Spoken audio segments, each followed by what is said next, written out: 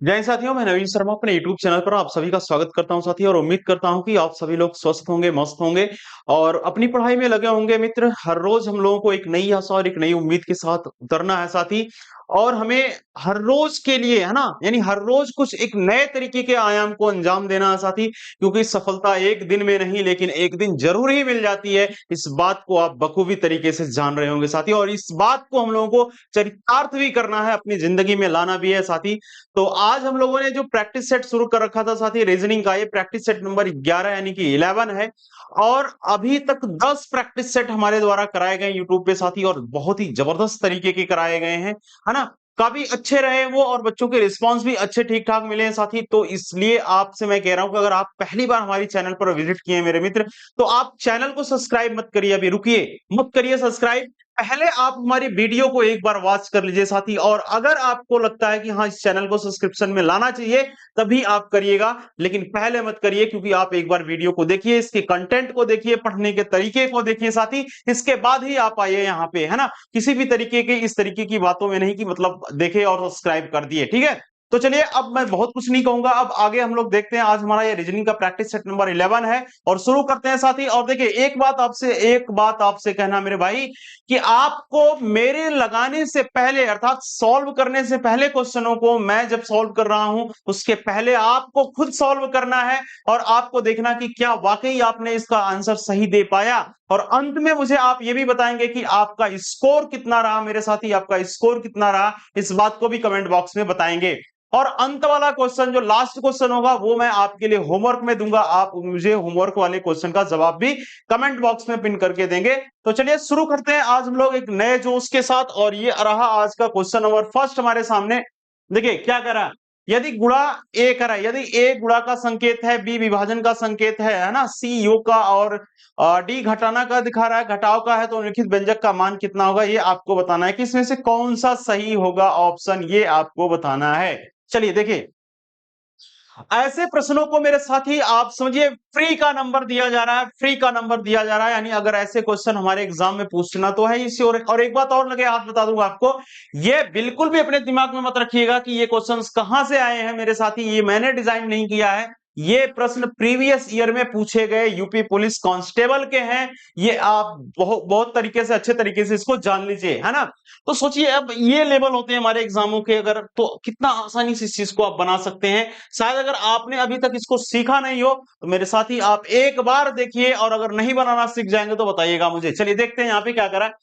कह रहा है, यदि ए गुणा का संकेत है, बी विभाजन का संकेत है, सी योग का संकेत है, डी घटाव का संकेत है, तो निम्नलिखित व्यंजक का मान कितना होगा, ये आपको बताना। तो चलिए, सबसे पहले मैं यहां सॉल्व करना शुरू करता हूं मेरे साथी, मैं यहां से सॉल्व करना शुरू करता हूं। और ध्यान दीजिएगा यहाँ पे, चलिए देखिएगा हम लोग सॉल्व करते हैं इसको कैसे। ए, पहले एट दिया है, मैं पूरा व्यंजक को लिख लेता हूं, एट लिख लेता हूं, और ए के स्पेस को छोड़ देता हूं। फिर से क्या दे रखा है, थ्री दे रखा है, मैं थ्री लिख लेता हूं। फिर सी है, सी को मैं स्पेस को छोड़ता हूं, यानी कि जो हमारे पास नंबर दिया है उस नंबर को हम पहले लिख लेते हैं, और जो अल्फाबेट दिया है उसको हम बाद में लिखेंगे। अल्फाबेट नहीं, डायरेक्ट हम उसकी साइन को यहाँ पे लिखने वाले हैं साथी, तो इस बात को भी आप देखिएगा। चलिए, एट हो गया, ए हो गया, थ्री हो गया, सी, सी के बाद फिर इसने क्या लिखा है, टू लिखा है, टू के बाद फिर क्या है इसने, यानी कि टू नहीं 24 है मेरे साथी। फिर बी है, और बी के बाद इसने क्या लिख रखा है, 12 लिख रखा है, यानी कि 12 लिख रखा है। इसके बाद डी है, और डी के बाद इसने क्या लिखा है, 19 लिखा है मेरे मित्र, 19 लिखा। अब देखिए क्या कहा, भैया जहां पे है ए वहां पे लिखना है का गुणा। तो गुणा लिखना है हमको, तो गुणा लिख देते हैं, है ना। थोड़ी सी इसकी वो बदल लेता हूं मैं, इसका कलर बदल लेता हूं साथी। चलिए, तो यहां पे मैं क्या लिख लेता हूं, गुणा लिख लेता हूं, गुणा गुणा गुणा गुणा गुणा लिख लेता हूं। एक सेकंड मेरे मित्र, एक सेकंड रुकिएगा, एक सेकंड रुकिएगा।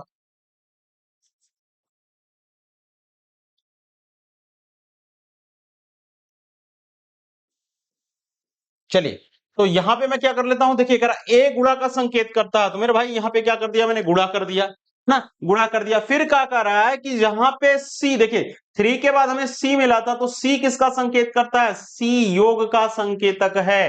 तो सी योग का है तो हम लोग योग कर दिए। फिर क्या हुआ, 24 था, इसके बाद बी था, तो बी किसका मेरे भाई, बी कह रहा विभाजन का संकेत है, तो यहाँ पे हम विभाजन का लगा दिए, विभाजन अर्थात डिवाइड का लगा दिए। फिर क्या रखा था, 12 था, 12 के बाद इसने क्या कर रखा था, डी है, और डी किसका संकेतक था, तो घटाव का संकेत था। इसका मतलब हम यहाँ पे माइनस लगा देते हैं, ये मेरे मेरे भाई ये क्या है, घटा, ये भाग का है। चलिए देखिए कितने आसानी से करेंगे। तो मेरे भाई अगर आपने अभी तक ऐसे क्वेश्चन नहीं सॉल्व कर पा रहे हैं तो आज से आपको इस क्वेश्चन को बहुत ही बेहतरीन तरीके से सॉल्व करना सीख जाओगे। और देखिए कैसे करते हैं, बस एक चीज याद रखिएगा, क्या, बदमाश, है ना, बदमाश मतलब क्या, बोर्ड मास, बोर्ड मास, बोर्ड मास मतलब बदमाश, अर्थात जो बदमाशी करेगा मेरे भाई उसको क्वेश्चन समझ में नहीं आएगा, है ना। इसलिए आसानी से आप समझिए, आसानी से देखिए, एकदम ध्यानपूर्वक देखेंगे तो मैं आपको बता दूं साथी कि कोई भी लेस मात्रा आपको कमी नहीं मिलेगी, थोड़ी सी भी आपको नहीं लगेगा कि नहीं ये क्वेश्चन मुझे समझ में नहीं आया, 100% आप समझ जाओगे। बस ध्यान से देखिए, देखिए क्या करा, इसको बोर्ड मास को हम लोग ना हिंदी वाले क्या करें मेरे भैया, कुछ लोग कहेंगे सर गुरुदेव ये बोर्ड मास का होता है, तो भागु जोक पढ़े हैं ना प्राइमरी वाले में, गुरुजी पढ़ाए आचार्य जी, जिसको हम लोग आचार्य को आचार्य जी बोलते थे, तो आचार्य जी हम लोगों को पढ़ाए थे क्या चीज मेरे भाई, पढ़ाए थे वो क्या, भागु जोग, भागु जोग, यानी सबसे पहले भाग, फिर गुणा, फिर जोड़, फिर घटाना। बोर्ड मास अगर मैं बात करूं, सबसे पहले ब्रैकेट है, फिर ऑफ है, डिवाइड है, मल्टीप्लाई, ऐड है, फिर सब्सट्रैक्शन है। तो चलिए सबसे पहले यानी यहाँ पे क्या, ब्रैकेट, ब्रैकेट के बाद ऑफ, तो ना तो कहीं इसमें ब्रैकेट दिखा ना तो कहीं ऑफ दिखा, दिखा कौन दिखा, तो डिवाइड दिखा, क्योंकि ये मल्टीप्लाई है, ये प्लस है, ये डिवाइड है, ये माइनस है।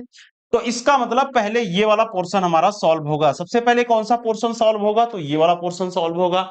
देखिए यानी कि 24 में 12 से भाग करना, तो जब 24 में 12 से भाग करेंगे तो यहाँ पे बनेगा क्या, 2 बनेगा, यानी इन दोनों की जगह 2 लिख लेंगे।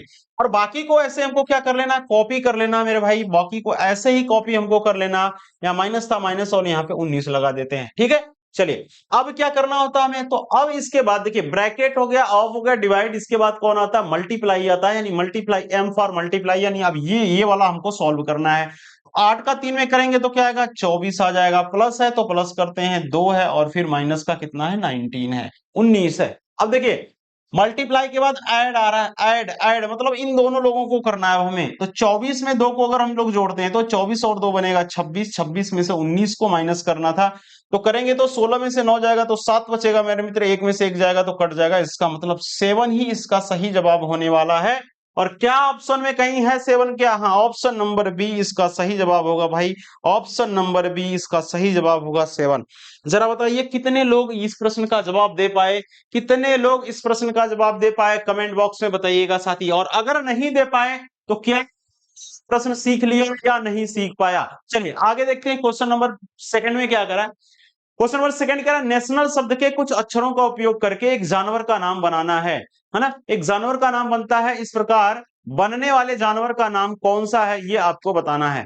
तो मेरे भाई मैंने बताया आपको रीजनिंग पढ़ना है, तो रीजनिंग के साथ साथ आपको, रीजनिंग का मतलब है ना कई विषयों की आपके पास जानकारी होनी चाहिए, तब आप रीजनिंग में एक अच्छा महारथी बन सकते हैं, साथ ही एक अच्छा प्रोग्रेस कर सकते हैं।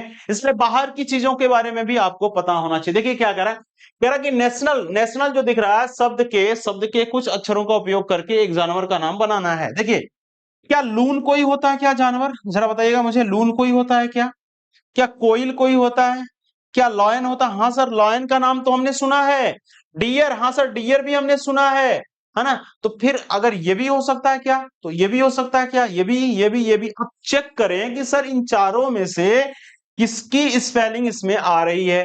तो देखिए लून आएगा क्या, LOON, LO, सिंगल एल ही है, एल के बाद सिंगल ओ है और यहाँ पे डबल ओ है, तो ये तो बनने से रहा, ये तो होगा नहीं, बिल्कुल भी नहीं होगा।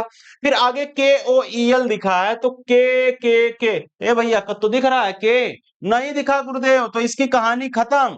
अब आगे अगर देखते हैं हम लोग क्या देखा, LION, देखिए एल हो गया, आई हो गया, ओ हो गया और एन हो गया, यानी कि तीनों हमको देखें LION पूरा का पूरा मिल गया, इसका मतलब ऑप्शन यही हमारा सही होगा, ऑप्शन नंबर सी हमारा बहुत ही सटीक जवाब और सही जवाब होगा, ऑप्शन नंबर सी। चलिए अगले क्वेश्चन पे चलते हैं और देखते हैं अगला क्वेश्चन क्या कह रहा है। देखिए सुनिए क्या कह रहा है, देखिए मैं भी साथ ही आपको थोड़ा सा ब्लर दिख रहा हो, और अगर ब्लर दिख रहा है तो मैं इस पे लिख दे रहा हूं, मैं इस पे लिख दे रहा हूं कि कौन क्या है, कौन क्या है ना।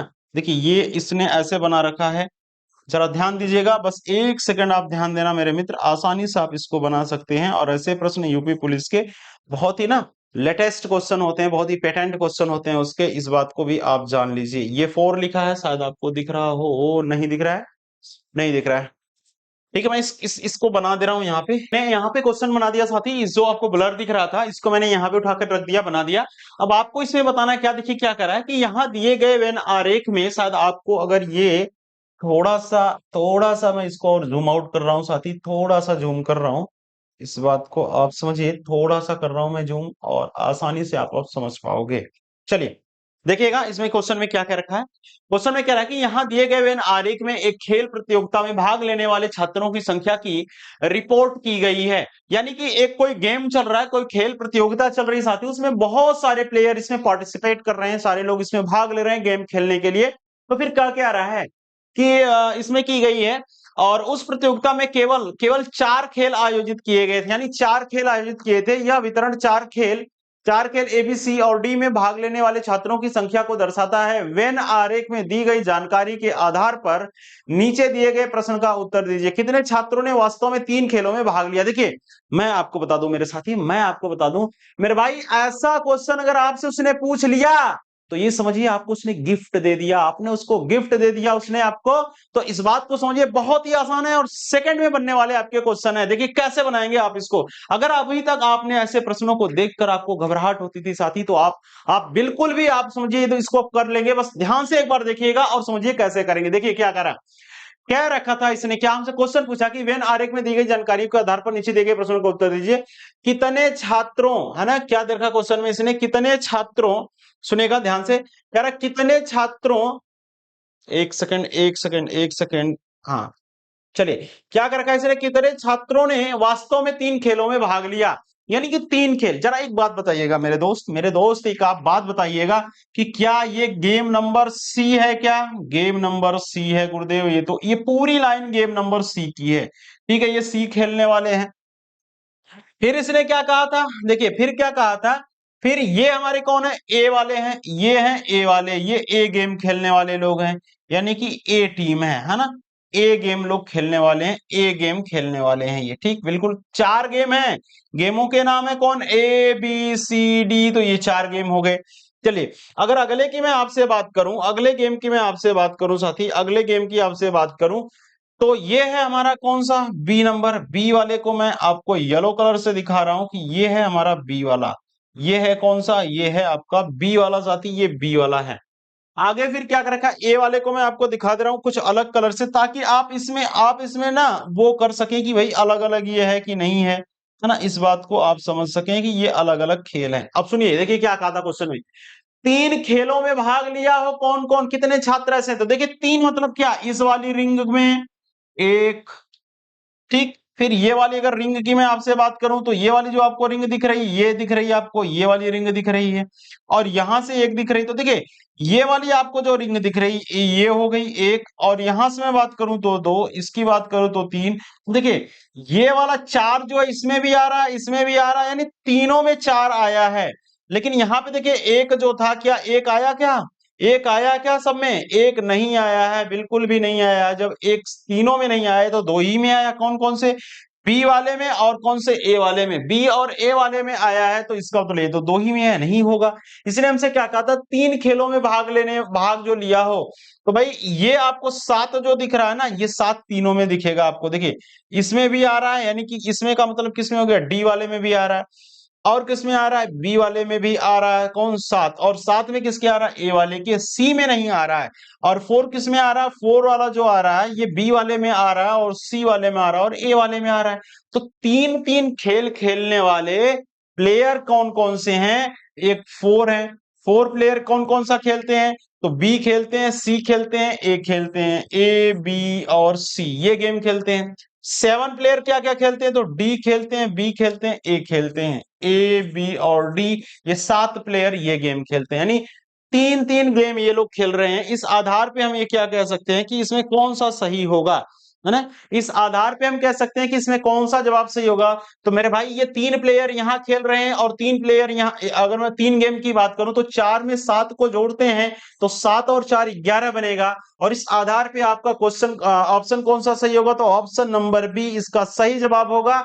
और बढ़ते हैं अगले प्रश्न पे और देखते हैं कि अगला क्वेश्चन क्या है। ठीक है, चलिए अगले क्वेश्चन में देखिए निर्देश दे रखा है। और मेरे भाई मैं आपको बता दूं कि यूपी पुलिस के लेटेस्ट क्वेश्चन यानी कि एक पेटेंट क्वेश्चन होते हैं, समझे। इसको अगर अगर आपने तैयार कर लिया ना तो इस आधार पे बहुत सारे क्वेश्चन आपको मिलेंगे यहां से। बस ध्यान से देखिए एकदम कितने आसान तरीके से आप इसको बना सकते हैं। बस देखिए मैं एक बात आपको बता दूं मेरे साथी कि अगर किसी भी प्रश्न को आप देख करके डर जाते हैं तो वो क्वेश्चन हमेशा और हमेशा आपको डराता रहेगा और हमेशा आप उसको कर नहीं पाएंगे। बेशक वो आपको आ रहा हो लेकिन आप कर नहीं पाओगे क्योंकि आपने उसको देखकर पहले ही डर गया, है ना। इसलिए प्रश्नों को ध्यान से पढ़िए और उसको 1 से 2 बार पढ़िए और आसानी से आप उसका जवाब दे पाओगे। ये करके आप एक बार प्रैक्टिकली देख सकते हैं कि वाकई क्या ये बात सही है या नहीं है। चलिए हम देखते हैं क्वेश्चन नंबर यहां पे क्या दरकार 4 में निर्देश कह रहा कि प्रश्न में एक कथन और उसके 2 तर्क फर्स्ट और सेकंड दिए गए हैं। आपको यह तय करना है कि दिए गए तर्कों में से कौन सा तर्क मजबूत और कौन सा तर्क कमजोर है। यानी कि आपको यहां पे कथन दिया गया है और निष्कर्ष दिया गया है। एक कथन है और उसके बाद 2 तर्क की बात की गई है ना। जिंदगी में तर्क बहुत जरूरी है मेरे मित्र। किसी बात को कब माने, कब माने मेरे भाई, तो कब, क्यों, कैसे, ये सब करके ही माने। अंधविश्वास के पात्र ना बने मेरे साथी। किसी बात को तर्क के आधार पे मानिए और तभी अच्छी रहेगी बातें। देखिए क्या कर रखा, 2 तर्क दिए और कथन दिया गया है। अब आपको बताना है कि इस कथन के आधार पे कौन से तर्क निकलते हैं। आपको खुद का दिमाग नहीं लगाना है कि सर ये भी बात सही होती, ये भी होती, नहीं नहीं नहीं। आपको कथन पढ़ना है यानी just you are just like a जज। एंड ये जो आपको दिख रखे हैं, ये जो दिख रखा है, जो कथन जो दिख रखा है, ये आपके सामने वकील हैं। और वकील यानी कथन आपको जो कह रहा है उसी कथन के आधार पे ही आपको जवाब देना है। एक्स्ट्रा दिमाग कुछ आपको अलग से नहीं लगानी है। ध्यान से सुनिए क्या कह रखा, देखिए कह रहा है कथन में कह रहा है क्या सभी को स्वस्थ, है ना, स्वस्थ रहने के लिए फलों से ज्यादा फलों के ज्यादा सेवन से बचना चाहिए, है ना। कह रखा है कि भैया अगर सबको स्वस्थ रहना है तो फलों के ज्यादा सेवन से बचना चाहिए, अर्थात फलों का सेवन कम करना चाहिए। ये बात कर रखा है कौन, कथन में कह रखा है। अब यहां पे निष्कर्ष में देखिए क्या कर रहा है, देखिए हाँ और नहीं को तो पढ़िए ही नहीं किसी भी क्वेश्चन में क्योंकि आप होंगे कंफ्यूज। हाँ और नहीं को हटा दीजिए बिल्कुल भी, इनकी कहानी खत्म। देखिए क्या करा, फल महंगे होते हैं। भाई इसकी बात तो इसने कहीं किया क्या, इसमें कहीं कहा कि फल महंगे होते हैं कथन में, नहीं कहा। तो भैया आप तर्क में क्यों दे रहे हैं इस बात को, इसलिए उनसे बचना बेहतर है। देखिए ये बात तो नहीं कहा कि फल महंगे इसलिए उससे बचना बेहतर है, उसने बस ये कह दिया कि उसके ज्यादा सेवन से बचिए। महंगे हैं या सस्ते हैं या फ्री के मिल रहे हैं, इस बात को कहीं मेंशन नहीं किया कथन में। तो आप इस बात को कैसे कह सकते हैं कि फल महंगे होते हैं। मेरे भाई कथन नंबर, ये जो तर्क आपका फर्स्ट है ये बिल्कुल ही गलत है क्योंकि आपने गलत तर्क दिया कि फल क्या है, महंगे हैं या सस्ते हैं या कड़वे हैं या मीठे, ऐसी बात तो कहीं कहा नहीं। सेकंड में देखिए क्या कर रखा है कि नहीं, नहीं को हमको पढ़ना ही नहीं है। फल महत्वपूर्ण विटामिन और खनिजों का एक अच्छा पूरक है जो शरीर के लिए आवश्यक है। शरीर के लिए आवश्यक, ये बात तो सही दिख रही है इनकी, है ना, कि शरीर के लिए आवश्यक। लेकिन ये इसमें कहीं ये नहीं कहा कि फल महंगे हैं या अच्छे हैं या ज्यादा सेवन करना चाहिए कम सेवन करना चाहिए, ये बात भी नहीं मेंशन किया है। लेकिन ये बात सही मेंशन किया है कि विटामिन और खनिजों का एक अच्छा पूरक है जो शरीर के लिए आवश्यक है। तभी तो भैया हम खा रहे हैं, तभी तो ये कथन कह रहा है कि खाओ लेकिन हिसाब से खाओ, ज्यादा नहीं खाओ, खाओ लेकिन हिसाब से खाओ क्योंकि हमारे शरीर के लिए वो एडिबल है, एडिबल है, हमारे शरीर के अच्छा है, बेहतरीन है ना, स्वस्थकर है, इसीलिए तो खाने के लिए बात का है। लेकिन कहा कि देखो, है ना, आराम से खाओ, ज्यादा सेवन मत करो, हिसाब से खाओ। इसलिए इस बात को हम बहुत ही बेहतरीन तरीके से कह सकते हैं कि ये बात इनकी सही है। और अगर मैं आपसे अगर बात करूं कि फिर कौन सा सही होगा गुरुदेव, तो देखिए सिर्फ सेकंड वाला आपका सही है। इसका मतलब हमारे ऑप्शन में कहीं दिख रहा है, देखिए क्या रखा है कि आप एक दीजिए केवल फर्स्ट मजबूत होने पे, फर्स्ट तो मजबूत ही नहीं है, इसका मतलब ये तो बात गलत आपकी साबित हो गई, कहानी खत्म हो गई। केवल तर्क सेकंड मजबूत है, इसके लिए आप 2 को चुनना है। तो ऑप्शन सी में हमको 2 दिख रहा है और 2 ही हमके हमें सही दिख रहा था, इसका मतलब ऑप्शन नंबर सी इसका बहुत ही बेहतरीन जवाब होगा। और क्या आप ऐसे प्रश्नों को सीख पाए साथी या नहीं सीख पाए, इस बात को भी कमेंट बॉक्स में हमें बताइए। मैं और बेहतरीन तरीके से इसको समझाने का प्रयास करूंगा। मेरा एक ही मोटिव है, एक ही लक्ष्य है मेरे साथी, इस बार वर्दी कंधों पर जरूर आनी चाहिए, सितारे जरूर आने चाहिए, है ना। इस बार वर्दी जरूर चढ़नी चाहिए, क्योंकि यही मौका है साथी कि वर्दी मिलेगी, अन्यथा यूपी की वैकेंसियां पंचवर्षीय नहीं बल्कि 10 वर्षीय योजनाएं बन चुकी हैं, और शायद आने वाले भविष्य में 20 वर्षीय या 40 वर्षीय बन जाएं, इस बात की कोई भी गारंटी नहीं की जा सकती साथी। इसलिए मौका मिला है तो भरपूर इसका लाभ लीजिए और लड़ करके वर्दी लेना है साथी। भीख मांगने से नहीं मिलेगी, मजबूती के साथ कदम उठाना होगा साथी, लड़ना होगा, तब मिलेगी वर्दी, ठीक है। और उसके लिए आप तैयार हैं, हम लोग भी तैयार हैं साथी। चलिए देखते हैं अगले क्वेश्चन को, और अगला क्वेश्चन क्या कह रहा है। देखिए अगले क्वेश्चन में क्या रखा कि नीचे एक कथन और उसके दो दो दो क्या दे रखा, पूर्व धारणाएं दी गई हैं, उत्तर को इस रूप में चुनिए, है ना। आपको बताना है कैसे। कह रहा है यदि कथन में केवल केवल पूर्व धारणा,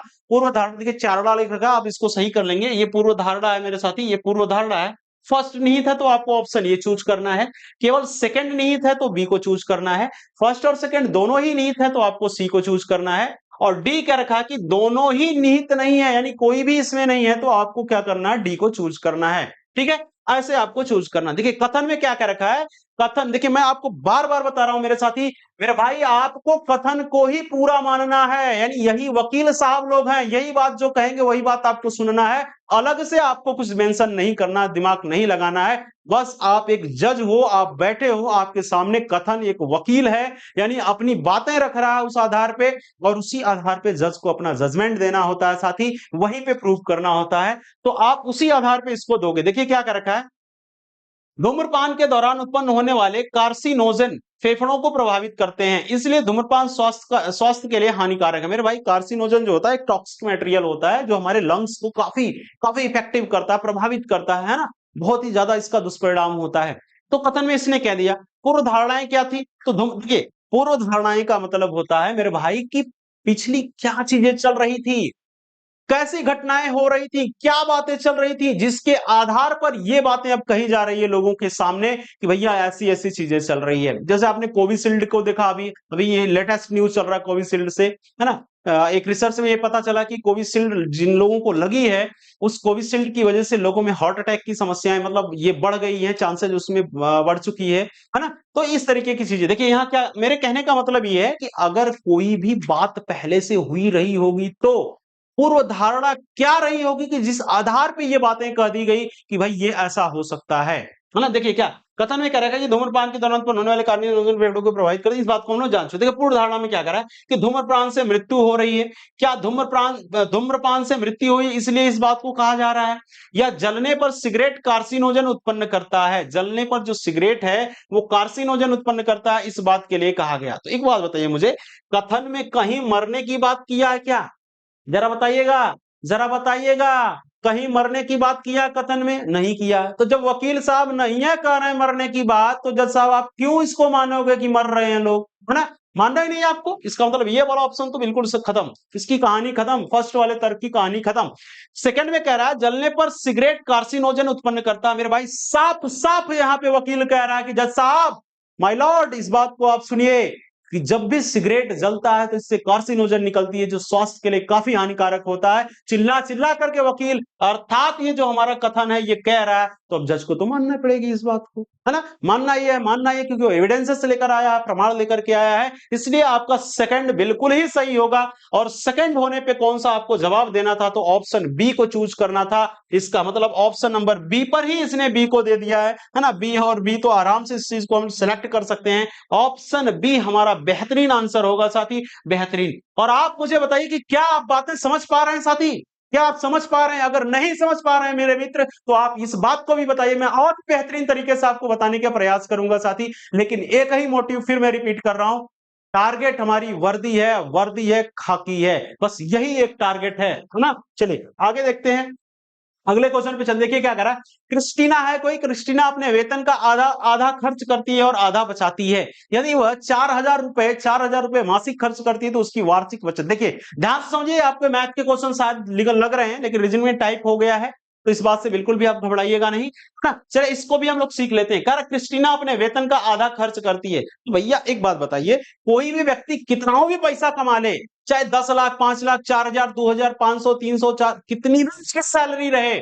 लेकिन अगर हम परसेंट की बात करें तो क्या वो 100% होती है सैलरी क्या, बिल्कुल होती है सर, सैलरी तो 100% आती है। अब उसमें से आपकी मर्ज़ी कितना खर्च कर रहे हो, कितना सेव कर रहे हो आप, है ना? चलिए, तो उसी तरीके से क्रिस्टीना अपने वेतन का आधा खर्च करती है। यदि वह इतना रुपए मासिक खर्च करती है ना? देखिए, कह रहा है इतना खर्च करती है और आधा बचाती है, तो भैया आधा अगर खर्च कर दिए तो बचाए आधा, ये तो बात हुई, है ना? यानी 100% आपने कमाया तो 50% खत्म कर दिया, यानी 50% बताया। यही तो आधा-आधा की बात हो रही है। इसका मतलब उसने 50% खर्चा किया है और 50% उसने क्या कर रखा है, सेव कर रखा है अपने फ्यूचर के लिए, अपने फ्यूचर के लिए।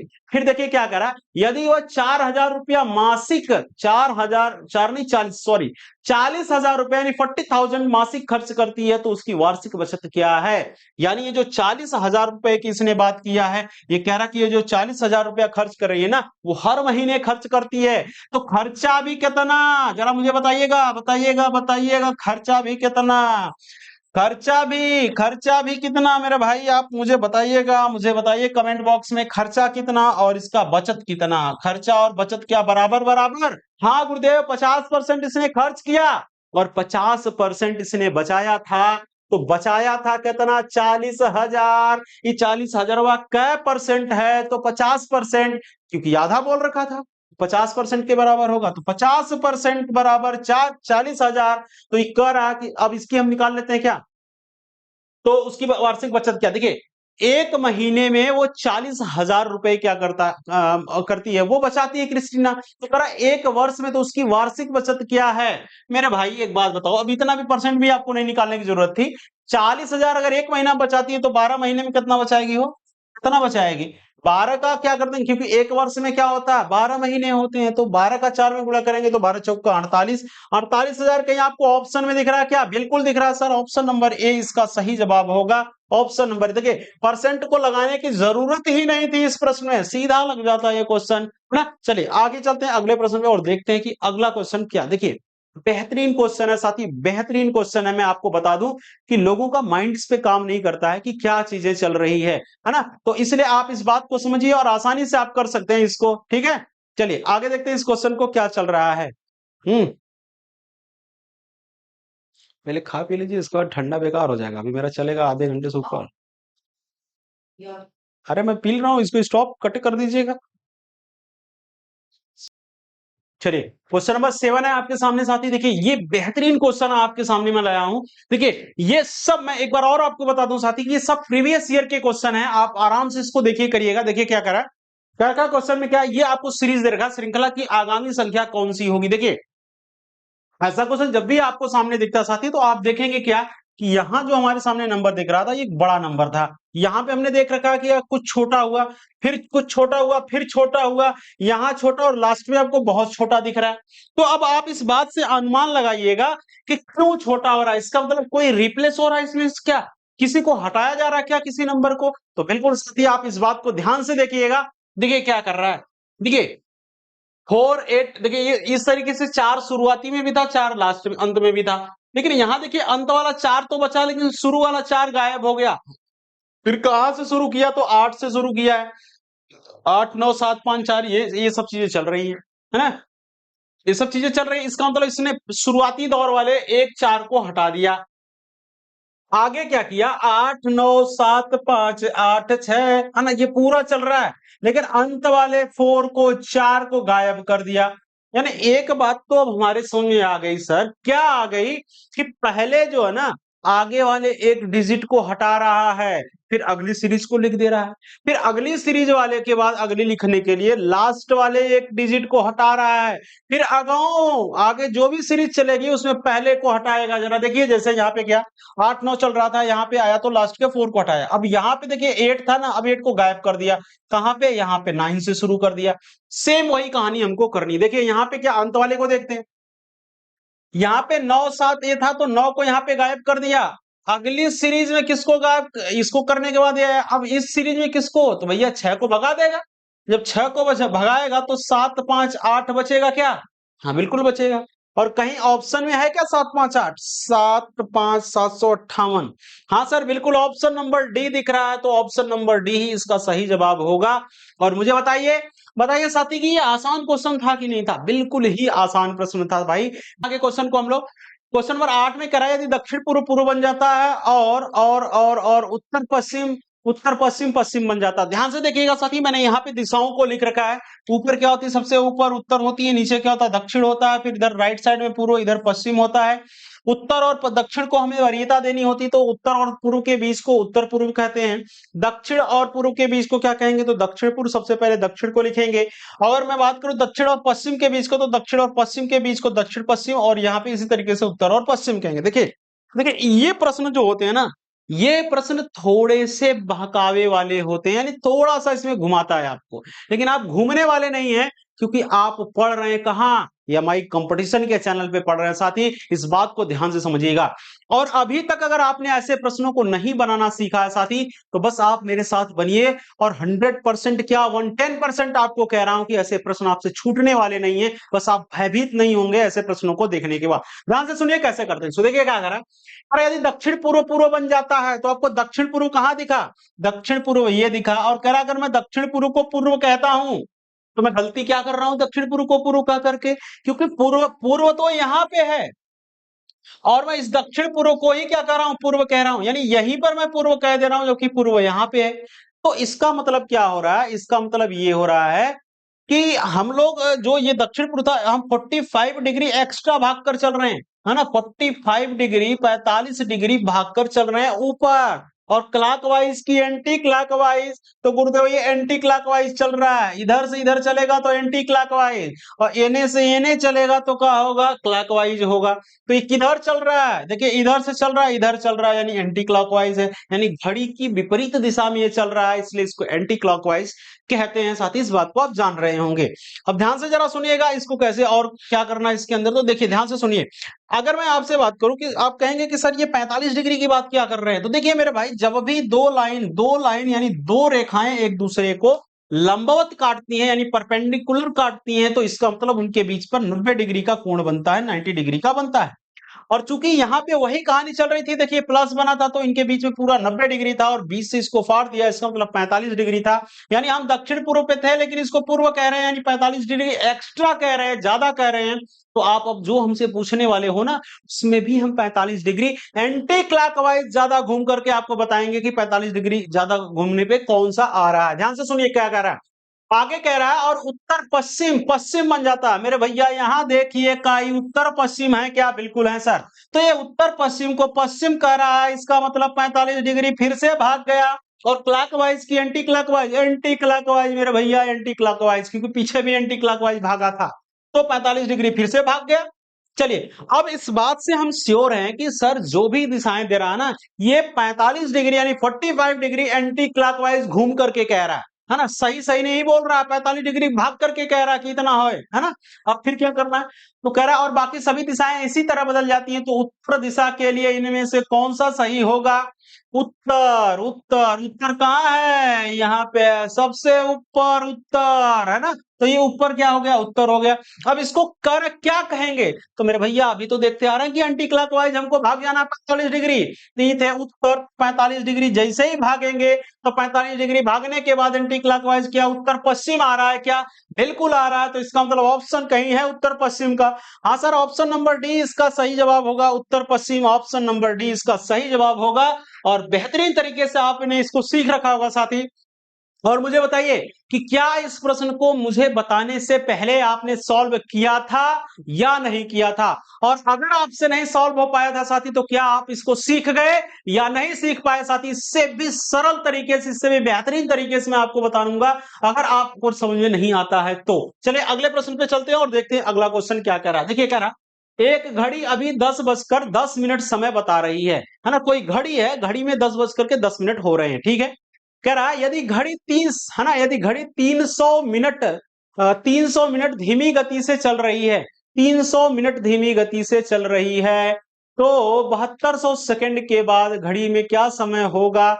तो एक बात आप समझिए साथी, ये 300 जो दे रखा है ये गलत दे रखा है, ये 300 नहीं बल्कि 30 है। इस बात से आप समझिए, क्योंकि टाइपिंग एरर है, ये टाइपिंग एरर है, इस बात को समझिए। ये कह रहा 30 मिनट है ना, नहीं तो फिर आंसर आपके गलत आएंगे। ये क्वेश्चन जहां से उठाया गया है वहां पे ये 30 मिनट दे रखा था। मैंने आपको फिर बता दूं, ये प्रीवियस ईयर के क्वेश्चन है साथी, ये प्रीवियस ईयर के क्वेश्चन है, इस बात को आप ध्यान से समझिएगा। चलिए, तो ये 30 मिनट था, ये टाइपिंग एरर है, इस बात को समझिए। देखिए क्या करा, तो कह रखा है एक घड़ी अभी 10:10 बता रही है, और यदि घड़ी 30 मिनट धीमी गति से चल रही है तो 7200 सेकंड के बाद घड़ी में क्या होगा, यानी समय कौन सी होगी बताना है आपको। ध्यान से सुनिएगा क्या होगा समय। देखिए मेरे भाई 30 मिनट धीमी गति से चल रही है, यानी कि हरदम हमेशा जब भी उसकी टाइम आप देखोगे, इसका मतलब हमेशा वो टाइम आधे घंटे कम बताएगी। अगर 12:30 हो रहे हैं तो वो 12 ही बताएगी, 12 वास्तव में 12 बज रहे हो तो वास्तव में तो ये कितना बजाएगी, 11:30 ही बताएगी। यानी आधे घंटे हमेशा ये कम आपको बताने वाली है, क्योंकि ये धीमे चल रही है आधे घंटे, है ना, यही तो बात कर रहा है। तो कह रहा तो बताइए 7200 सेकंड के बाद घड़ी में समय क्या होगा, 7200 सेकंड। ध्यान से सुनिएगा मेरे भाई, आपको पता होगा एक मिनट में सर कितने सेकंड होते हैं, तो 60 सेकंड होते हैं। अगर मैं आपसे बात करूं कि एक घंटे में कितने होते हैं, 1 आवर में कितने मिनट होते हैं मेरे भाई, तो 60 मिनट होते हैं। तो एक बात बताइए, जो सेकंड दे रखा है 7200, इसको तो सबसे पहले हम मिनट में कन्वर्ट कर लेते हैं। बिल्कुल कर लेते हैं सर। 7200 को अगर मैं भाग करता हूं 60 से तो 6 से काटूंगा, 6 से 12 छक्का 72 और 120 मिनट आएगा क्या। इस बात को मुझे बताइए, क्या 120 मिनट आएगा? बिल्कुल आएगा सर। और 120 मिनट को अगर हम घंटे में बदलते हैं तो एक घंटे में 60 मिनट, तो 120 मिनट में क्या घंटे, 2 घंटे, यानी ये 2 घंटे के बराबर, 2 आवर के बराबर हो जाएंगे। तो क्या कर रखा है ये, तो कह रहा इतने के बाद घड़ी में समय क्या होगी, तो वास्तव में देखिए क्या होगा, 10:10 हो रहा था, तो 10:10 हो रहा था। लेकिन आपको इस बात को भी जानना है कि जो 10:10 हो रहा था उसके बाद 120 मिनट है, यानी कि 2 घंटे एक्स्ट्रा चलना है। यानी यहाँ पे 0 हो गया, या है ना, घंटे में 2 हो गया, तो 10 और 2 12 बज करके कितना 10 मिनट होना चाहिए। वास्तव में कितना होना चाहिए, 12:10 ये चल रहा था, वो होना चाहिए था। लेकिन वो घड़ी जो है ना, वो आधे घंटे लेट ती करके चल रही, पहले ही से आधा घंटा स्लो है। भैया आगम अपने मन में थोड़ी भाग जाएगी जब तक आप उसको सेट नहीं करोगे। इसका मतलब वास्तव में तो बजना चाहिए था 12:10, लेकिन वो आधा घंटा कम शो कर रही है। यानी इसमें से 30 मिनट को अगर हम माइनस करते हैं तो 30 मिनट को माइनस करने पे मेरे भाई क्या आएगा, यहाँ पे अगर मैं एक ले लेता हूं, देखिए ये है हमारे घंटा और ये है मिनट। अगर 1 घंटा लेता हूं तो 60 और 10 70 होगा, 70 में से 30 जाएगा तो 40 बचेगा। यहाँ 11 बचा था तो 11, यानी 11 बज करके क्या 40 मिनट, 11 बज करके क्या 40 मिनट। तो मेरे भाई ऑप्शन में आपको दो जगह 11:40 दिख रहा है, दो जगह दिख रहा है। अब आप कहेंगे सर सही कौन होगा, तो मेरे भाई दोनों ही ऑप्शन सही होगा। क्यों? क्योंकि यहां कहीं उसने एएम और पीएम, रात और दिन की बातें नहीं किया है। इसका मतलब क्या होगा, आप एएम पीएम कुछ भी कह सकते हो, इसलिए option both A and B both are correct, है ना, दोनों ही सही होंगे। और चलते हैं अगले क्वेश्चन पे, देखिए क्या कर रखा। सुनेगा कोडिंग डिकोडिंग के क्वेश्चन है साथी, कोडिंग डिकोडिंग के, और बहुत ही महत्वपूर्ण बेहतरीन तरीके के क्वेश्चन होते हैं कोडिंग डिकोडिंग से। और कोई एग्जाम बचा नहीं ऐसा जहां रीजनिंग पूछे और कोडिंग डिकोडिंग के क्वेश्चन नहीं पूछे, ऐसा तो कोई एग्जाम ही नहीं है। और एक बात ये भी जान लीजिए, अगर आपने 1 से 2 बार जाना, जितने टाइप के क्वेश्चन आपने अगर आपने प्रैक्टिस किया, तो ऐसे क्वेश्चन भी नहीं है कि जो आपसे बने नहीं। और देखिए आसानी से समझिए, मैंने आपको बताया था कि ऐसे क्वेश्चन जब भी आपको दिखाई देते तो सबसे पहले इसके हम क्या करते हैं, नंबरिंग करते हैं मेरे भाई। देखिए क्या करना है नंबरिंग, आपको ध्यान से सुनिएगा नंबरिंग में क्या करना है। देखिए जे आया तो जे कितने पर आता, 10 पर आता। एल कितने पे आता, 12 पर। और आप भी अपनी कॉपी पे नंबरिंग करें मेरे साथी, आप भी नंबरिंग करें, आप भी करें।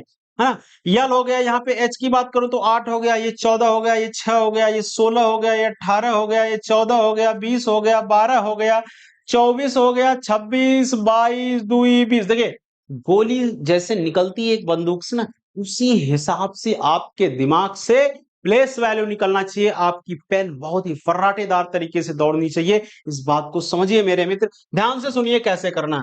तो यहाँ पे 10 था, जे मतलब 10 को इसने 16 लिख दिया, तो प्लस क्या किया, प्लस का 6 कर दिया। 12 को इसने 18 लिख दिया, यानी यहां भी इसने प्लस का 6 किया है। 8 को इसने 14 लिख दिया, मतलब फिर से प्लस का 6। और 14 को 20 लिखा, फिर से प्लस 6। और फिर 6 को 12 लिख दिया, तो फिर से प्लस 6। अब करना ही क्या है, हर जगह प्लस 6 प्लस 6 प्लस 6 चल रहा है, तो हमको भी तो ये करना है ना। ऐसे प्रश्नों में हमको कालिदास बनना है, जो ये करेंगे वही काम करना है। तो ध्यान से सुनिएगा क्या करना है। 24 में अगर हम 6 को जोड़ते हैं तो 30 बनेगा। 26 में अगर हम लोग 6 को जोड़ते हैं तो कितना बनेगा, 26 में अगर 6 को जोड़ते हैं तो 32 बनेगा। 22 में 6 को जोड़ते हैं तो 28 बनेगा। अगर यहाँ पे मैं 2 में 6 को जोड़ता हूं तो 8 बनेगा। यहाँ पे 20 में 6 को जोड़ता हूं तो 26 बनेगा। देखिए इसका मतलब क्या हुआ, इसका मतलब ये हुआ सर कि जो 30 आ गया, अब 30 पे किसकी नंबरिंग होती है? तो मेरे भैया मैंने नहीं सिखाया था क्या आपको? जब 30 आ गया तो इसका मतलब इसमें 26 को घटा दीजिए। 26 को घटाएंगे तो बचेगा कितना? 4। क्यों ये क्यों कर रहे हैं सर? 26 क्यों घटा रहे हैं? तो एक बात सुनिए ना, एक सुनिए ना, एक सुनिए ना मेरे भाई एक बात सुनिए ना। देखिए ए से हम शुरू करेंगे, B C D E F G H I J Y K Z, ठीक।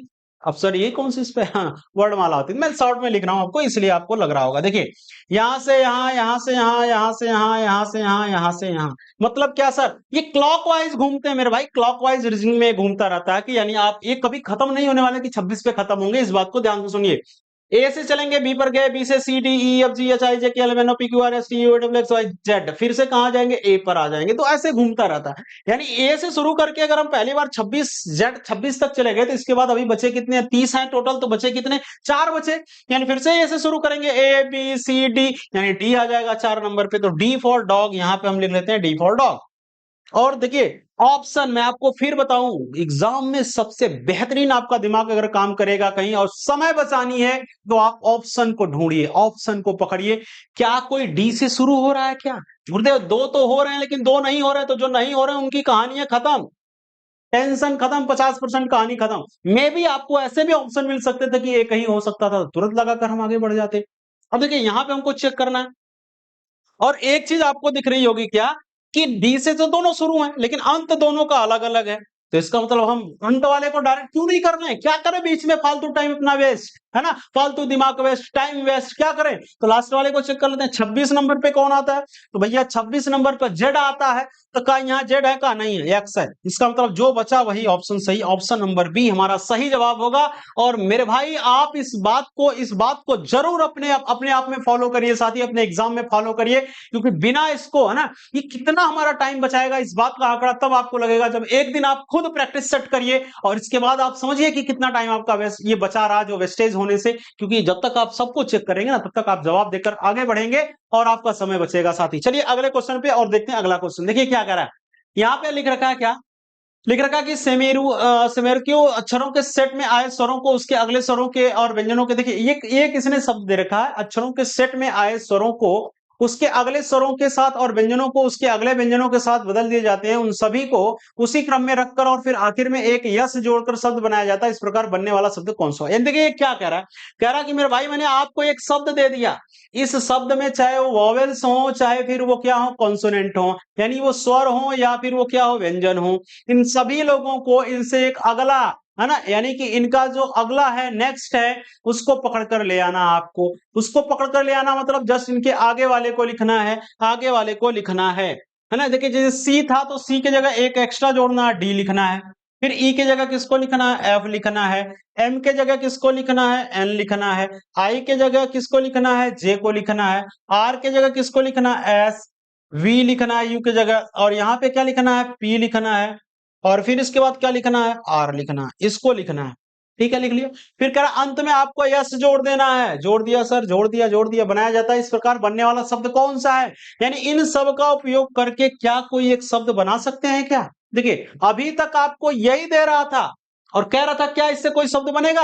अब थोड़ा घुमा करके भी बात कर रहा है, तो हम घूमने वाले नहीं है, क्योंकि इनसे एक कदम आगे हमको चलना है, कम से कम एक कदम आगे चलना है। ध्यान से सुनिएगा कैसे इसको बना पाएंगे, ध्यान से सुनिए। देखिए क्या करा, यहाँ पे करके कि डी आई एन, आई कहीं दिखा क्या, आई कहीं दिखा क्या? मैं फिर आपको कह रहा हूं भाई, फिर मैं कह रहा हूं मेरे भाई, आप ऑप्शन हटाना सीख जाइए, ऑप्शन को भगाना सीख जाइए। आप एग्जाम को समझिए, आप अपने कंपटीशन को, एग्जाम को आप बेहतरीन तरीके से कर सकते हैं। समझिए आपका डिप्रेशन भी कम होगा, टाइम भी बचेगा, टाइम मैनेजमेंट भी बेटर है, और आप आसानी से आप जवाब दे पाएंगे, है ना। चलिए ध्यान से देखिएगा। तो आई तो इसमें कहीं है नहीं, इसकी कहानी खत्म।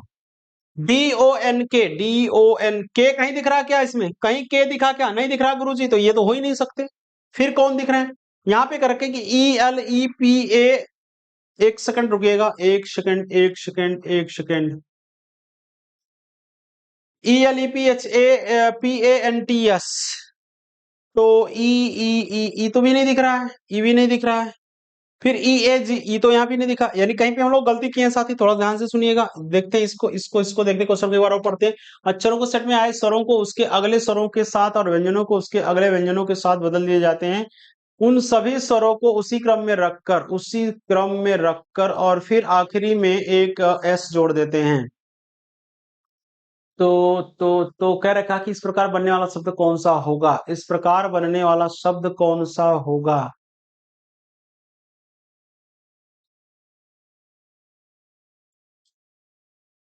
स्वरों को उसके अगले स्वरों के साथ और व्यंजनों को उसके अगले व्यंजनों के साथ बदल दिए जाते हैं। ए ई आई ई ओहो ओहो ओहो ओहो, ध्यान से सुनिएगा साथी, ध्यान से सुनिए, ध्यान से सुनिएगा मेरे मित्र, ध्यान से सुनिए क्वेश्चन को, क्या कहा क्या कहा क्या कहा, ध्यान से सुनिएगा, ध्यान से सुनिए। इस क्वेश्चन में क्या है, क्या फॉल्ट हो रहा था, ध्यान से सुनिए।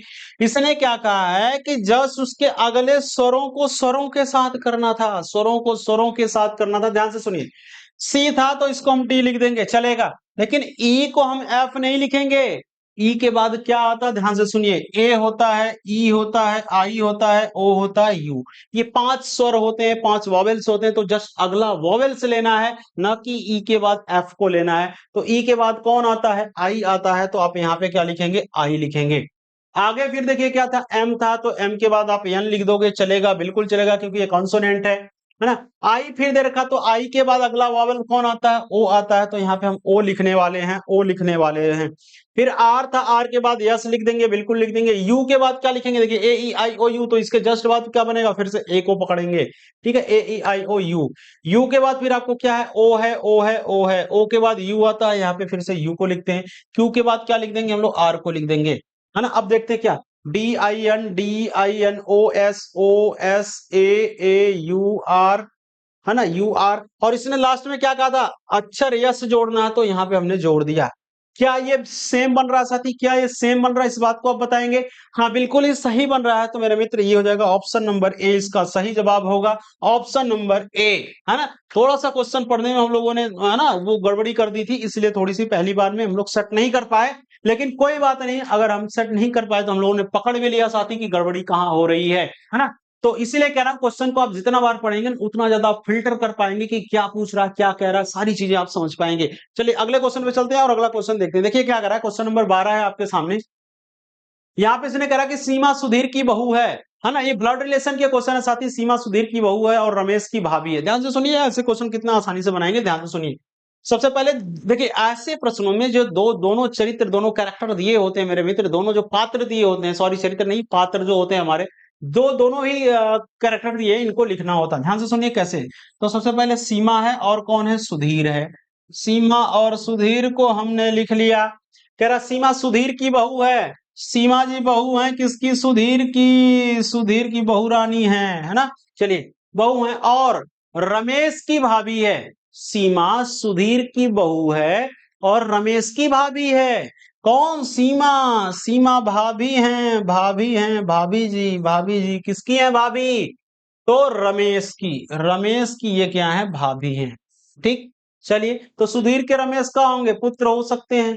आगे देखते हैं क्या करा, मोहन सुधीर का पुत्र है। सुधीर का बेटवा कौन, मोहन, मोहन, मोहन सुधीर के पुत्र हैं, पुत्र हमने लिख दिया, पुत्र हैं, ठीक। आगे फिर क्या हुआ, फिर कह रहा और रमेश का अकेला भाई है। रमेश का एक भाई है, अकेला, अकेला भाई है, रमेश का अकेला भाई है, यानी रमेश और मोहन आपस में भाई भाई हैं।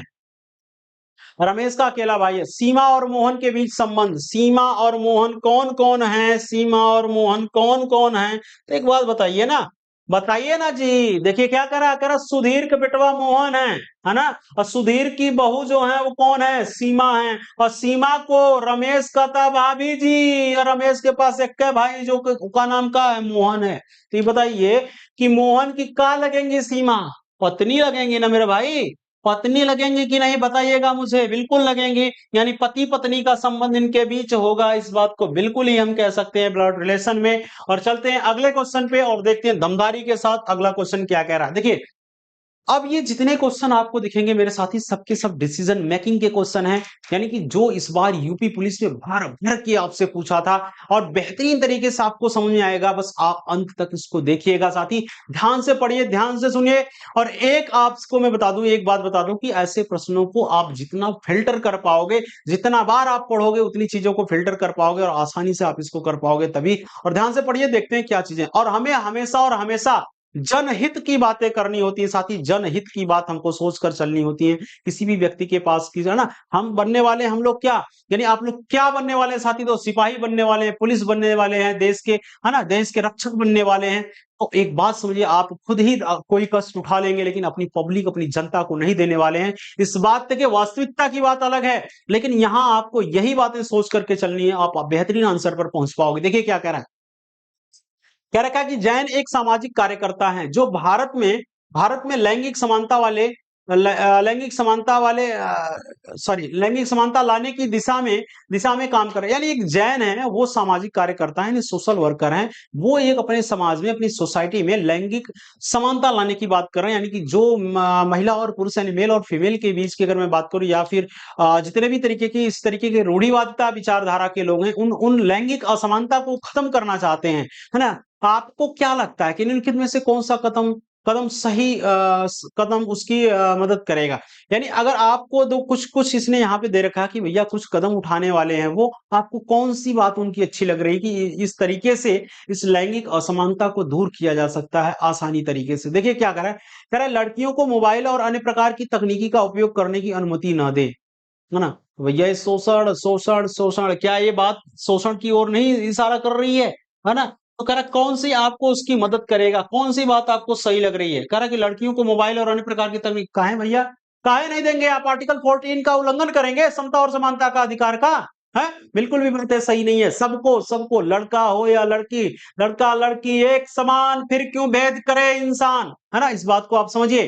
तो ये बात तो बिल्कुल ही गलत है, सरेसर गलत बात आपने कह दिया। चाहे मेल हो, चाहे फीमेल, चाहे लड़की हो, चाहे लड़का, सबको समान अधिकार है, सबको समान अधिकार मिलने चाहिए, है ना।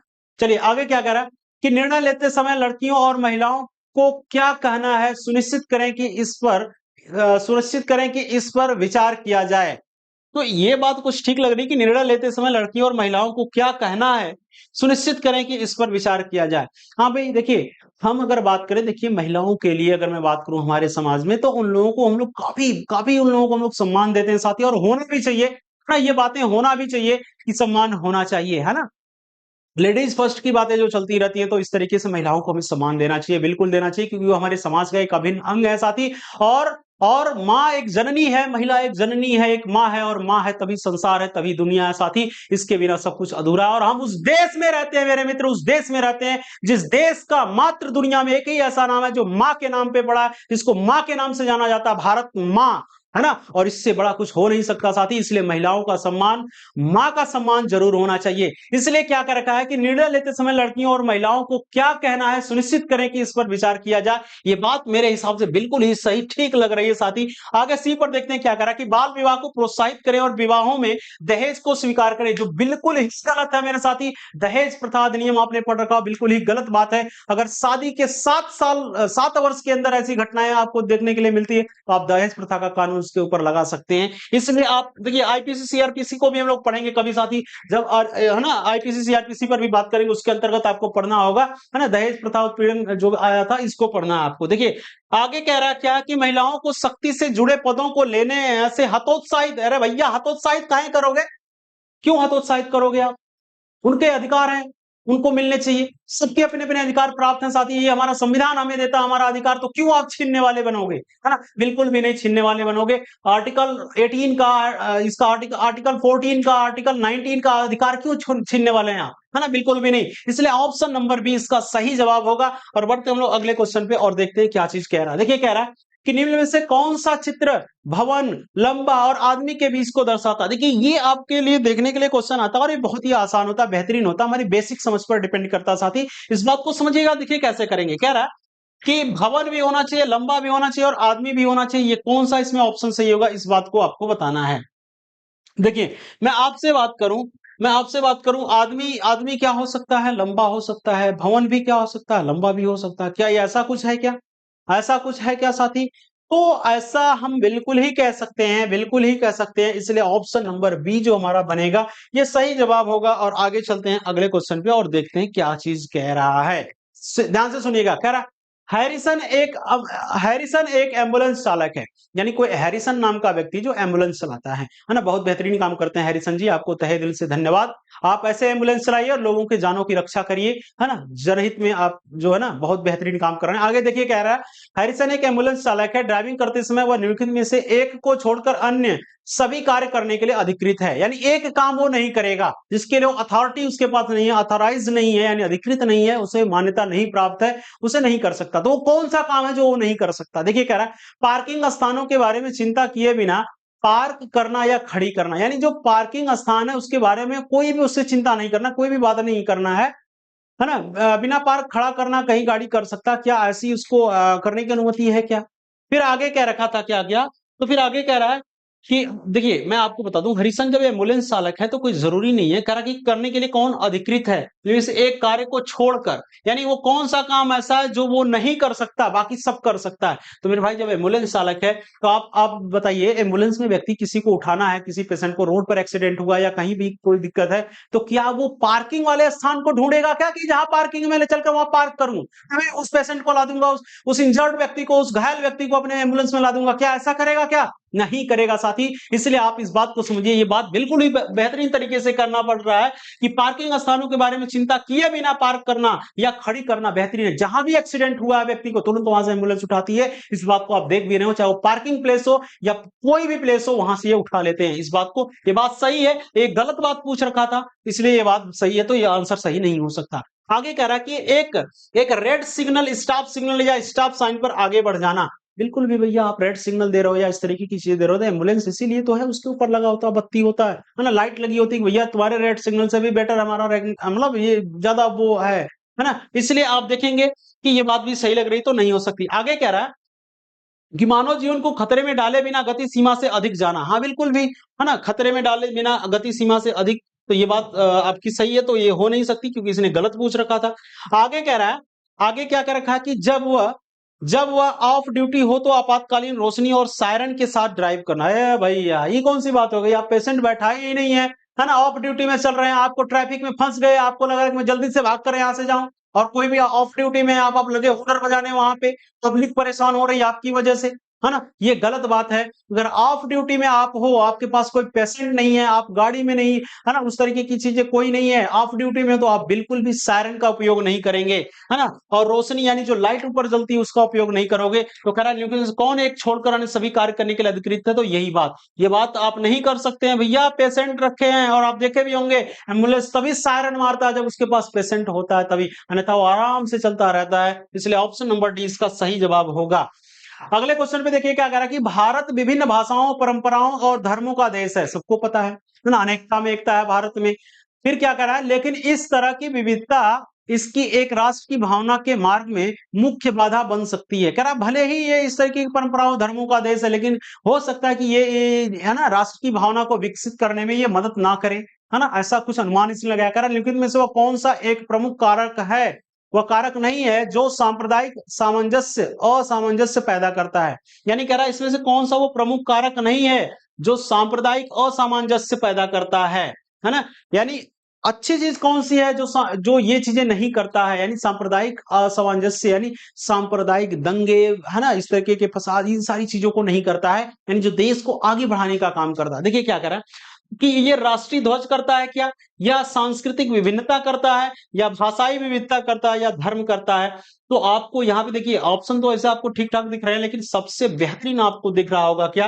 राष्ट्रीय ध्वज। मेरे भाई राष्ट्रीय ध्वज के आगे किसी भी तरीके के धर्म के ध्वज होते हैं ना, वो उतने मायने नहीं रखते जितने जितने मायने हमारे राष्ट्रीय ध्वज रखते हैं, उतने मायने कोई भी नहीं रख सकता। और ये हमारे असामंजस्य को ना, जो ये प्रमुख कारक है, जो असामंजस्य जो होता है ये इसको करता है, ठीक है। लेकिन दोस्त कौन सा एक प्रमुख असामंजस्य कारक नहीं है ना, तो यही वो कारक नहीं है जो असामंजस्य फैलाए लोगों में। क्योंकि आप देख रहे होंगे कि रिपब्लिक डे को और इंडिपेंडेंस डे को हर भारतीय गर्व के साथ कहता है, क्या कहता है? जय हिंद, जय भारत और वंदे मातरम का नारा लगाता है साथी, है ना। इसलिए आप इस बात को समझिएगा, चाहे वो किसी भी धर्म, जाति, संप्रदाय, लिंग, किसी भी तरीके का व्यक्ति हो, है ना, सबके अंदर ये भावनाएं होती हैं। आगे देखिए क्वेश्चन नंबर 17 कह रहा है, वंचित बच्चे निम्नलिखित परिस्थितियों में से इस एक को छोड़कर अन्य सभी के कारण पीड़ित होते हैं। यानी जो वंचित बच्चे होते हैं, जो समाज से वंचित होते हैं, जो अपने अपने परिवार से वंचित होते हैं साथी, यानी जिनको अपने ऐसे बच्चे भी होते हैं जो अनाथालय में पढ़ते हैं साथी, उनके परिवार में कोई नहीं होता, अर्थात होते भी हैं,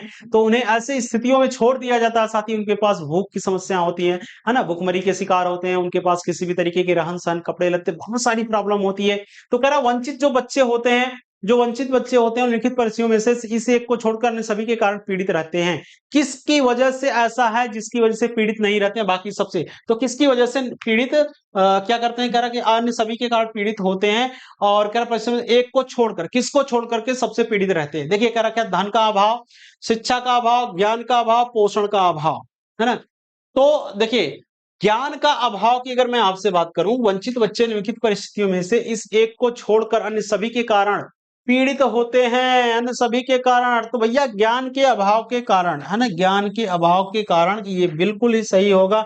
इसको छोड़ करके अगर मैं बात करूं तो वंचित बच्चे इन सभी से क्या करते हैं, पीड़ित रहते हैं। धन का अभाव होता है, शिक्षा का अभाव होता है, पोषण का अभाव होता है, लेकिन ज्ञान के अभाव की बात नहीं कर सकते। इसलिए अगले प्रश्न पे चलते हैं। अगला क्वेश्चन क्या कह रहा है, सैमी एक नारकोटिक्स अधिकारी है, यानी नारकोटिक्स जांच के बारे में आप जानते होंगे, ये रेयर केस में लोगों को दिया जाता है, बहुत गंभीर समस्याएं होती हैं तो दिया जाता है ना। नॉर्मली लोगों को नहीं दिया जाता, फिर वो चले जाते हैं, कोमा में जा सकते हैं, इस तरीके की चीजें, और इसके लिए एक वेल ट्रेंड डॉक्टर वगैरह होते हैं। ध्यान से सुनिएगा। कह रहा सैमी एक नारकोटिक्स अधिकारी है और वह अपने काम के हिस्से के रूप में कई कार्य निष्पादित करता है। निम्नलिखित में से कौन सा एक उसका कर्तव्य है? क्या उसका कर्तव्य है? नारकोटिक्स है तो भैया दवाई देगा, ठीक ठाक से दवाई देगा, ताकि व्यक्ति अच्छे तरीके से, है ना, बातों को बता सके। आगे क्या कह रहा है कि हत्या की जांच के लिए सबूत और तथ्य इकट्ठा करना। क्या नारकोटिक्स का काम होता है हत्या की जांच के लिए सबूत और इकट्ठा करना, तथ्य? नहीं होता मेरे भाई, ये तो पुलिस का काम होता है। पुलिस उठाती है, सीबीआई ले आती है यहाँ वहां से, है ना, सबूत वगैरह चीजें इकट्ठा करती है पुलिस और सीबीआई, है ना, एसटीएफ, बहुत सारी चीजें होती है, वो लोग करते हैं।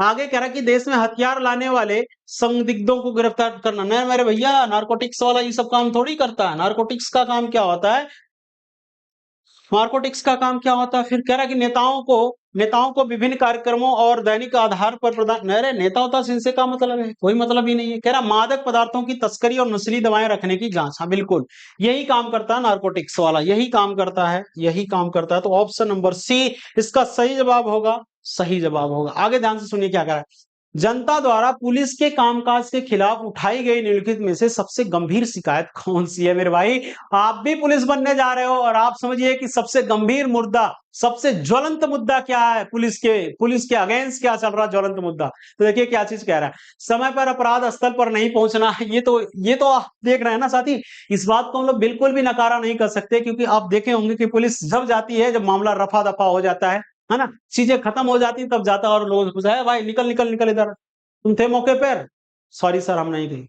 ये तो, है ना, मतलब इस तरीके की चीजें चलती हैं, आप जान रहे हैं, है ना, वास्तविकता तो यही है। लेकिन मैं सबको नहीं कह रहा हूं, कुछ पुलिस वाले ऐसे भी जो एक्टिव है, ऑन स्पॉट वो घटना स्थल पे पहुंचते हैं साथी, बहुत से हैं, लेकिन मैक्सिमम इसी कैटेगरी के हैं कि घटना घटने के बाद अगर उनके फोन भी जाता है ना, तो कुछ देरी के बाद ही रुक करके जाते हैं, कहीं हम भी। हाँ चलिए आगे देखते हैं क्या कर रहा है।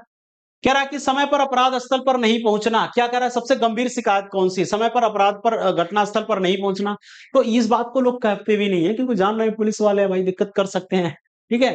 तो और आपने देखा होगा कि बिहार पुलिस की तो गाड़ी ऐसी रहती है कि चोर भाग जाए 10 किलोमीटर और इनकी गाड़ी नहीं स्टार्ट हो पाती है ना। तो बहुत सारी चीजें, आगे देखते हैं। कह रहा गैंगस्टर के द्वारा की गई शिकायत दर्ज करने से मना करना। नहीं, गैंगस्टर के द्वारा की गई शिकायत को भी दर्ज करते हैं ये लोग, ऐसी कोई समस्या नहीं है। कह रहा यातायात संबंधी मामलों को हल करने की कोशिश नहीं करना। बिल्कुल करते हैं मेरे भाई, जहां तक संभव हो पाता है ये लोग यातायात की समस्याओं को भी, संबंधित मामलों को भी हल करते हैं। अवैध रूप से एक संदिग्ध को हिरासत में लेना और उससे यातनाएं करना। नहीं, अवैध रूप से थोड़ी लेंगे आप, ऐसा कोई बात नहीं है। अवैध रूप से किसी व्यक्ति को थोड़ी लोगे आप। जो वैध वैध व्यक्ति होगा मेरे भाई, जो संदिग्ध स्थिति में जो होगा और वैध होगा, उसी को आप हिरासत में ले सकते हैं, ऐसे नहीं लेंगे। देखिए क्या करा अगले क्वेश्चन में कह रहा कि सैम अपने लंच ब्रेक, है ना, अपने लंच ब्रेक के दौरान एक पार्क में बैठा है, यानी लंच ब्रेक कर रहा है ना, दोपहर में। तो फिर क्या किया, उसकी बगल में एक युवक बैठा अपना लंच कर रहा है, 2 लोग बैठे हैं भैया, वो खा रहे थे, उसके बगलिये में खा रहा था।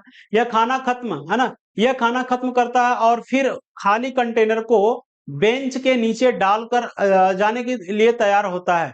युवक के व्यवहार पर सैम की क्या प्रतिक्रिया होनी चाहिए, है ना? देखिए, ये वही लोग हैं ना जो समाज को कचरा फैला रहे हैं, साथ ही जगह-जगह पॉल्यूशन कर रहे हैं ना, इस तरीके की चीजें नहीं होना चाहिए। जगह-जगह डस्टबिन है, सरकार इसके लिए कदम उठा रही है, स्वच्छ कदम, है ना? स्वच्छ भारत मिशन के तहत बहुत सारी चीजें चल रही है, एक कदम स्वच्छता की ओर, लेकिन लोग ध्यान नहीं दे रहे हैं भाई। इस बात को भी लोगों को जागरूक होना चाहिए, अवेयर होना चाहिए, है ना? ज्यादा से ज्यादा चीजें देखिए। फिर क्या कर रखा कि फिर क्या होगा उसकी प्रतिक्रिया, तो बस उसे जाते हुए देखता रहे और कुछ भी ना कहना, ना नहीं। गलत बात है भाई। आप भी ऐसा कभी भी होता तो किसी व्यक्ति को वैसे खाली मत जाने दीजिए। भैया एक काम करिए, सुनिए, समझाइए उसको कि आप अपने समाज, अपने सोशल के प्रति, अपने एनवायरनमेंट के प्रति कितना जागरूक हैं, कितने अवेयर हैं। और नहीं है तो आपसे सीख लीजिए, है ना? क्योंकि एनवायरनमेंट है तभी हम हैं, नहीं तो फिर दिक्कत है। आगे देखिए क्या करा, खाली कंटेनर को किसी कचरा पेटी में डालने का उससे अनुरोध करें। हाँ भैया, बिल्कुल बुलाएंगे उसको, कहेंगे भैया आपसे हम्बल रिक्वेस्ट है मेरे भाई, आप इस तरीके से कचरा मत फैलाओ, है ना? मत फैलाओ, क्योंकि हमारा हमारा जो एनवायरमेंट है वो काफी इससे इफेक्टिव हो रहा है, इस बात को आप समझो। तो हम उससे बिल्कुल ही उससे अनुरोध रिक्वेस्ट करेंगे और रिक्वेस्ट करेंगे। शायद अगर वो ये ना करे, तो अगर हमें भी करना पड़े तो कोई दिक्कत नहीं, साथी कर सकते हैं। ठीक है, चलिए, तो ऑप्शन नंबर बी इसका सही जवाब होगा। और चलते हैं अगले क्वेश्चन पे, और अगला क्वेश्चन देखते हैं। देखिए क्या करा है कि बाट सड़क पर जाते हुए एक युवा जोड़े, यानी एक स्त्री और एक पुरुष, है ना? बाट सड़क पर जाते हुए एक युवा जोड़े को एक दूसरे से लड़ते हुए देखता, है ना? एक महिला और एक पुरुष, पति पत्नी हो सकते हैं या कोई भी हो सकता है, ये दोनों लोग आपस में लड़ाई कर रहे हैं खूब, है ना? खूब गाली गलौज चल रही है। फिर हुआ क्या, बाट उनको देखता है कैसे कर रहे हैं, है ना? देखता है, अचानक पुरुष महिला को घूंसे मारने लगता है। लो भाई, यही तो काम चलता है। यही तो काम चलता है, ठीक है। आगे फिर देखिए क्या करा, कह रहा ऐसी स्थिति में चार्ट चार्ट नहीं बाट होना चाहिए था, क्योंकि वहां पे बाट लिख रखा है। बाट बाट द्वारा किया गया सबसे बेहतर कदम कौन सा होगा, यानी बाट को क्या करना चाहिए। अब महिला को घूसा मारने लगा पुरुष, तो करेगा क्या बाट, तो कह रहा कोशिश करें और लड़ाई को रुकवाएं। हाँ, ये बात तो सही लग रही है भैया। देखो देखो, सुनो सुनो सुनो सुनो, तुम लोग लड़ो नहीं यार, पहले मुझे बताओ तुम लोग की प्रॉब्लम क्या है। ऐसे फाइटिंग कर रहे हो तुम लोग रोड पे, है ना? तुम्हारी वजह से और किसी का एक्सीडेंट हो सकता है।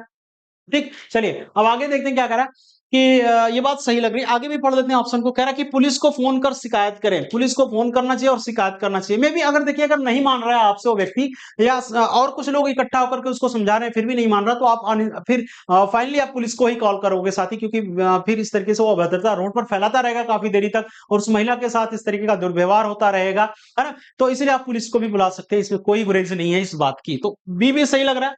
आगे कह रहा है कि दुर्व्यवहार को रिकॉर्ड कर इसे सोशल मीडिया पर पोस्ट। एक भी गलत बात है मेरे भाई, किसी के भी साथ कुछ भी घटना है इस तरीके की, आप सोशल मीडिया पे पोस्ट नहीं कर सकते हैं, है ना? ये एक कानूनी अपराध भी है।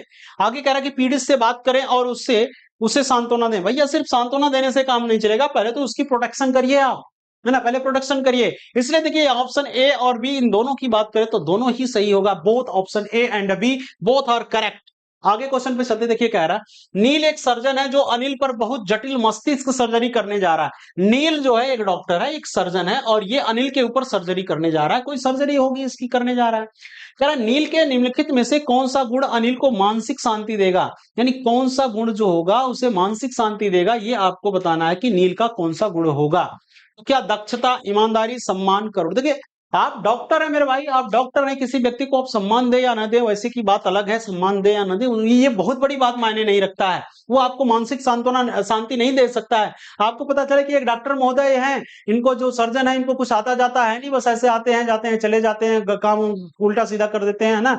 जितने लोगों को सर्जरी की आज तक कोई ठीक ठाक नहीं है, तो भैया उसको दिक्कत आ जाएगी ना। आप भले ही आप डॉक्टर साहब बड़े सम्मान से, अरे भैया प्लीज प्लीज प्लीज, आप कितना भी करें भैया, आपको, है ना, हम्बल रिक्वेस्ट, कुछ भी करें, ये बात गलत है। वो मानसिक रूप से उसको शांति नहीं मिलेगी, यानी कि ये बात तो गलत है, सम्मान नहीं। आप ईमानदारी से काम करेंगे तो भी कोई बात नहीं, लेकिन आप, है ना, करेंगे ही करेंगे। करुणा करुणा आपको दिखाने की जरूरत नहीं है, डॉक्टर साहब है आप अपना काम करिए, है ना? वैसे भी आप देखेंगे कि पेशेंट कितना भी चिल्लाता रहता है, लेकिन डॉक्टर अपने टाइम पर ही काम करता है ना? आप कितना भी चिल्लाते रहिए। सुनिए ध्यान से, तो क्या दक्षता मायने रखती है? हाँ सर, बिल्कुल रखती है कि आप कितने दक्ष हैं, कितने कुशल हैं, आप कितना आपके अंदर प्रवीणता है, इस बात की जानकारी होनी चाहिए कि आप कितना बेहतरीन काम कर सकते हैं, ये आपके अंदर होना चाहिए। अगर आपकी दक्षता के बारे में, आपकी कुशलता के बारे में, आपके कार्य संपादन, आपके निष्पादन के बारे में वो कोई व्यक्ति जानता है कि हाँ, इन लोगों ने हमारे गाँव के ऐसे इन लोगों का ऑपरेशन किया था और बहुत ही बेहतरीन सक्सेसफुल इनका ऑपरेशन रहा, वो व्यक्ति मानसिक रूप से शांत रहेगा और कहेगा भैया आप टेंशन ही नहीं है, डॉक्टर साहब बहुत पढ़े लिखे हैं, बहुत जानकार हैं, आसानी से इस बात को कर सकते हैं। तो ऑप्शन नंबर ये इसका सही जवाब होगा।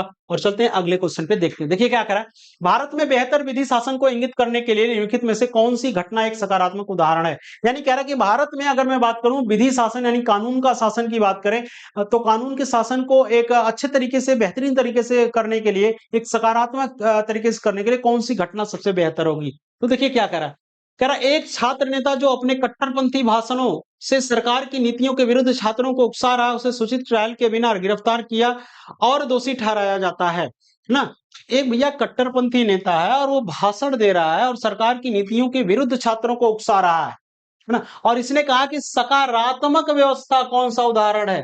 तो फिर कह रहा उसे उचित ट्रायल के बिना गिरफ्तार किया और दोषी ठहराया जाता। नहीं नहीं नहीं, ये बात गलत है। बिना उचित ट्रायल के आप किसी को अरेस्ट नहीं करोगे भाई, ये बात आपकी गलत है, चाहे आप कोई भी हो, है ना, कोई भी हो, इस तरीके से आप उसको अरेस्ट नहीं कर सकते हैं। फिर आगे कह रहा कि एक ऐतिहासिक फैसला जिसमें संसद के एक मौजूदा सदस्य मिस्टर एक्स को अपराध के लिए दोषी ठहराए जाने के तुरंत बाद पद से अयोग्य घोषित कर दिया जाता है। बात बिल्कुल सही है। जब उस व्यक्ति को अयोग्य घोषित कर ही दिया गया है, जब वो अयोग्य साबित हो चुका कि इसने गलती किया, ये अयोग्य व्यक्ति है, तो अब उसमें वो बचा ही क्या? उसमें बचा ही क्या? तुरंत उसको हटाओ उसके पद से, है ना, तुरंत हटाओ। तो ये बात सही दिख रही है। आगे कह रहा कि मिस्टर दाई को जेल में था, मिस्टर दाई जो जेल में था, अब वह आगे उसी चुनाव लड़ने के लिए प्रतिबंधित नहीं किया जाएगा, चाहे उसके विरुद्ध एक औपचारिक आपराधिक अपराधों का आरोप की क्यों ना लंबित हो। देखिए कह रहा है कि भैया कोई भी व्यक्ति हो, मिस्टर दाई कोई दिख रहा है, ये जेल में था, अब आगे उसे चुनाव लड़ने के लिए प्रतिबंधित। देखिए ये बात गलत है। अगर अपराधी है तो मेरे भाई उसको चुनाव ही लड़ने मत दो, क्योंकि वो चुनाव जीत जाएगा, सांसद बन जाएगा, हो सकता है कोई जेल का मंत्री ही बन जाए, है ना। और जब जेल का मंत्री बन जाएगा तो उसकी कहानी खत्म। देखो वो क्या करेगा? कुछ भी नहीं करेगा। आगे कह रहा है कि राजनीतिक पार्टी वीआईपी जिससे अभियान के वित्त नियमों से गतिरोध पैदा कर रहा है, झूठे खुलासे दर्ज कराएं जो चुनाव लड़ने से संबंधित। ये भी बात गलत दिख रही है, ये भी बात गलत दिख रही है। साथ ही सबसे बेहतरीन ऑप्शन आपको बी वाला दिख रहा है, इसलिए ऑप्शन नंबर बी इसका सही जवाब होगा। और चलते हैं अगले क्वेश्चन पे, क्या कह रहा है देखिए, सुनिएगा इस क्वेश्चन को, देखिए क्या कह रहा है साथी। कह रहा है 264 हमने लिखा है और ये लिखा है, ये लिखा, तो अगली सीरीज में क्या आएगा? ध्यान से सुनिए क्या किया इसने। देखिए अब ये गुणा करके भी इन दोनों का लिख सकता है, भाग करके भी लिख सकता है, प्लस माइनस भी कुछ भी लिख सकता है, या इन दोनों के बीच में डिफरेंस से भी हो सकता है। तो मैं आपको बता दूं साथी, आपको बता दूं, देखिए बिना समय गंवाए, अगर आप इस 2 और 4 दोनों को जोड़ते हैं तो क्या बीच वाला आ जाएगा? क्या 6 आ जाएगा? क्या इस बात को आप मुझे बताइएगा, क्या ये 6 आ जाएगा? इस बीच वाले को प्राप्त कर सकते हैं? हाँ सर। तो क्या ये चीज यहाँ भी फिट हो रही? 3 और 6 को जोड़ेंगे तो 9 आएगा क्या? हाँ बिल्कुल आएगा। 4 और 3 को जोड़ेंगे तो 7 आएगा, बिल्कुल आएगा सर। 3 और 5 को जोड़ेंगे तो 8 आएगा क्या? बिल्कुल आएगा। आगे यही चीज कहाँ पे फॉलो कर रही है? 5 और 7 को जोड़ेंगे तो 12 आएगा, ये 12 है क्या? नहीं है सर, तो ये बिल्कुल नहीं होगा। 6 और 3 को जोड़ेंगे तो 9 आएगा, ये 7 है तो बिल्कुल नहीं होगा। 7 और 9 को जोड़ेंगे तो कितना आ जाएगा हमारे पास? तो 7 और 9 को जोड़ेंगे तो हमारे पास कितना आएगा साथी? 9 7 16 हो जाएगा हमारे पास, तो ये तो नहीं हो सकता। आगे 7 और 2 को जोड़ेंगे तो 9 आएगा, हाँ बिल्कुल आएगा, इसलिए ऑप्शन नंबर डी इसका सही जवाब होगा साथी, ऑप्शन नंबर डी। और बढ़ते हैं अगले प्रश्न पे और देखते हैं। देखिए हमने आपसे बताया था मेरे भाई कि मेरे पास आज कुल 25 क्वेश्चन द एंड है, ये 25 क्वेश्चन हमारे पास था। और आपने शुरू में ही मैंने आपसे वादा किया था साथी कि आप लास्ट वाला क्वेश्चन आपके लिए होमवर्क रहेगा, ये HW है। आप इस बात को हमें कमेंट बॉक्स में बताएंगे, इसका सही जवाब क्या होगा, इस बात को हमें आप बताएंगे इसका सही जवाब क्या होगा, है ना। और ईमानदारी के साथ कमेंट बॉक्स में आप बताइएगा साथी, और फिर आप पूरा स्कोर भी अपना बताएंगे कि इसमें आपने कितना स्कोर कर पाया साथी। और मिलते हैं अब हम लोग अगली वीडियो में, तब तक के लिए जय हिंद, जय भारत, वंदे मातरम।